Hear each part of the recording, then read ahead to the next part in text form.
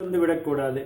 எவனையும் நாம் கெடுத்து விடக்கூடாது. நமக்கு பிரியமானது போனாலும் போகட்டும் என்கிற தியாகத்தின் மேலேதானே இப்படி செய்ய சொல்கிறேன். அதனால் தப்பு இல்லை. அதனால் வைதிகாச்சாரங்களை விட்டு மதாந்திரங்களுக்கு மாறினால்தான் தப்பு என்றும், வைதிக ஆச்சாரங்களிலேயே ஒரு சம்பிரதாயத்திலிருந்து இன்னொன்றுக்கு போனால் தப்பில்லை என்றும் நினைக்காமல் முடிந்தவட்டும் அவரவரும் கலாச்சாரப்படியே நடக்கத்தான் பாடுபட வேண்டும்.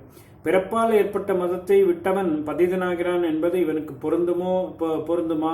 விட்டதோடு நாஸ்திகனாகவோ இதர மதமொன்றுக்கோ போகாமல் வைதிக ஆச்சாரத்திலே இன்னொன்றுக்கு தானே போகிறான் என்றால், இவன் அளவில் ஒன்றை விட்டு நல்ல வழியில் இன்னொன்றை பிடித்துக் கொள்கிறான் என்றாலும், இந்த சுதந்திர யுகத்திலே மற்றவர்கள் இவனை பார்த்து விடுவதில் மட்டும் துணிச்சல் அடைந்து இன்னொரு ஆச்சாரத்தில் போகாமல் தப்பு வழியில் அல்லவா போவார்கள். அதாவது இவன் மற்றவர்கள் பதிதர்களாக போக தூண்டுதல் கொடுத்து விடுகிறான் அல்லவா? இப்படி பண்ணினவனே மட்டும் பதிதனாகிற தோஷம் விடுமா? உலகத்தில் ஏற்கனவே கட்டு விட்டு போச்சு, அதனால் கெட்டு போச்சு.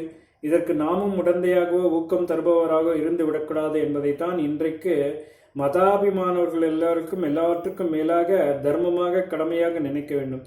அப்படி நினைத்து நம் அந்தரங்கத்திலே இப்படி குலாச்சாரத்துக்கு வித்தியாசமான ஒரு விசுவாசத்தை உண்டாக்கியிருக்கும் பகவானே அதை எப்படியாவது பூர்த்தி பண்ணிவிடுவான் என்ற நம்பிக்கையோடு கூட அவரவரும் தங்கள் குலாச்சாரப்படியே செய்து வந்தால் பகவான் நம் மூலம் உலகக்கு க்ஷேமம் உண்டாக்கி முடிவில் நமக்கும் நம் மனசு எப்படி நிறையுமோ அப்படிப்பட்ட நிறைவு உண்டாகும்படி அனுகிரகம் பண்ணுவான்.